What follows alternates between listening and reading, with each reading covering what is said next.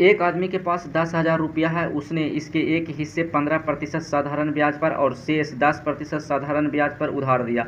5 वर्ष के बाद उसके ब्याज के रूप में 6500 रुपया प्राप्ति हुई। उसके द्वारा उधार दी गई धनराशि के बीच का अंतर क्या है। तो सिंपल क्वेश्चन है। सबसे पहले देखना है जिस क्वेश्चन में 3% दिया हुआ रहे उसको है जो एलिगेशन मेथड से सोल्व करेंगे। तो 2% दिया हुआ है, ये एक वैल्यू है, ये 6500, इसको है जो क्या करना है तो प्रतिशत में बदल देना है। तो सिंपल तरीका है जो तीनों प्रतिशत में हो जाएगा। तो देखिए इसको कैसे परसेंटेज में बदलते हैं। तो कह रहा है 5 वर्ष के बाद उसके ब्याज के रूप में 6500 मिलता है। तो एक वर्ष में कितना मिल जाएगा तो 6500 है जो 5 वर्ष में मिल रहा है और साधारण ब्याज में है जो हर साल ब्याज समान मिलता है। तो 5 से डिवाइड कर देंगे तो आ जाएगा 1300 रुपया है जो ब्याज मिल रहा है हर साल मतलब प्रत्येक साल। अब इसको परसेंटेज में बदलना है तो नीचे मूलधन लिखना पड़ता है। तो नीचे मूलधन लिख देंगे 10,000 और परसेंटेज में बदलने के लिए 100 से गुना। अब देखिए 00 से 00, 00 से 00, अब 13% बच गया। मतलब ये जो 6500 दिया हुआ है वैल्यू 5 वर्ष का, ये 5 वर्ष का 6500 है, लेकिन इसको एक वर्ष का हम लिख सकते हैं कि 13% ब्याज है। एक वर्ष का 13% ब्याज हो जाएगा। और यहाँ पर देखिए एक वर्ष का दिया हुआ है, एक वर्ष का दिया हुआ है, प्रतिशत दिया हुआ है एक वर्ष का।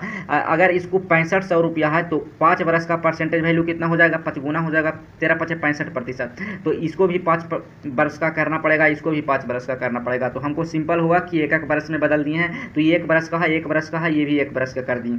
अब 3% वैल्यू हमको पता है। अब कुछ नहीं करना है, सिर्फ एलिगेशन मेथड। तो सबसे पहला हिस्सा है तो यहाँ लिख देते हैं पहला हिस्सा, और शेष हिस्सा या दूसरा हिस्सा कह सकते हैं। दो ये हिस्सा में तोड़ा है, एगो पहला एगो दूसरा, एगो कह सकते हैं एक हिस्सा या शेष हिस्सा। अब देखिए पहला वाला है जो 15 है और इधर वाला शेष है जो 10 है, और जो टोटल है 5 वर्ष वाला जिसको 1 वर्ष में बदले हैं जो नीचे में लिख देंगे, मतलब बीच में लिख देंगे इस प्रतिशत से। प्रतिशत सब में लगा हुआ है, इस तरीका से लगा देंगे। अब इस तरीका से कर दिए। अब इसको इस प्रकार से एक सिंबल दे देते हैं इस तरीका से, इधर इस तरीका से। अब इस तरीका के करने के बाद इसको जो बड़ा है उसको में से वैल्यू को घटा देंगे। तो देखिए ये वाला वैल्यू बड़ा है इससे, तो यहाँ घटा कर लिख देंगे 3, और ये वाला वैल्यू बड़ा है तो 15 में से 13 घटा देंगे ये वाला वैल्यू, तो यहाँ लिख देंगे 2।